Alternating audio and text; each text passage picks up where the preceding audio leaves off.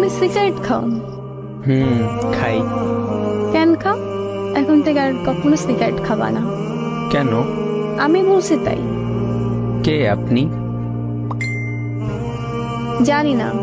আমি আপনার কথা শুনবো কেন? আমি বলছি তাই শুনতে হবে। তুমি রাত জাগো?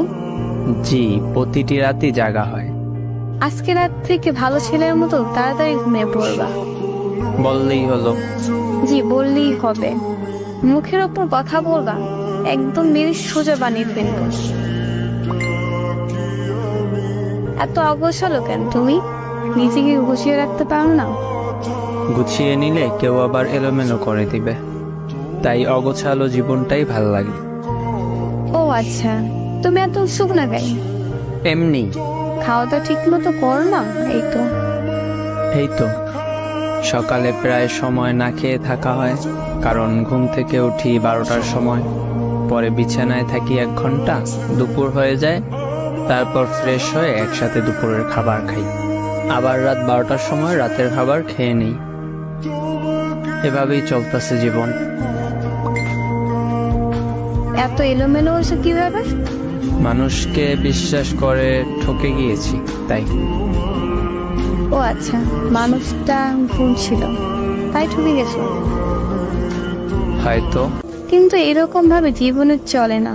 কাল থেকে সকাল তাড়াতাড়ি উঠবা, খাবার, তারপর কলেজে যাবা, পরে দুপুরে নামাজ পড়া, বাসায় এসে গোসল করবা, দুপুরের খাবার খাবা, আর রাতের খাবার 10টার ভিতর খেয়ে নিবা। 12টা অব্দি আমার সাথে কথা বলবা, তারপর 1 মিনিটও জেগে থাকবা না, বুঝতে পারছো? আমাকে এত শাসন করতেছেন কেন? আর আমি আপনার সাথে 12টা অব্দি কথাও বা বলবো কেন? তুমি তো দেখি অনেক কথা বল, যা বলবো ওইটা করবা। করবা মানে করবাই, না বললে মায়ের তো খাও নাই আমার হাতে, একদম সোজা করে ফেলবো। কাল থেকে আমার রুটিন শুরু তোমার লাইফে, মনে থাকো যেন। আচ্ছা, কিন্তু?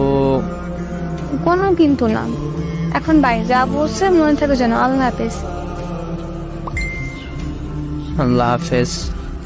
এমন ইংলিশে দিলা কেন? তো কি হয়েছে? ভালো করে বললো, বলতে বলছি। না বললে কি হবে? তুই বলবি নাকি? আচ্ছা, বলতাছি। বল। আল্লাহ হাফেজ। ঠিক আছে।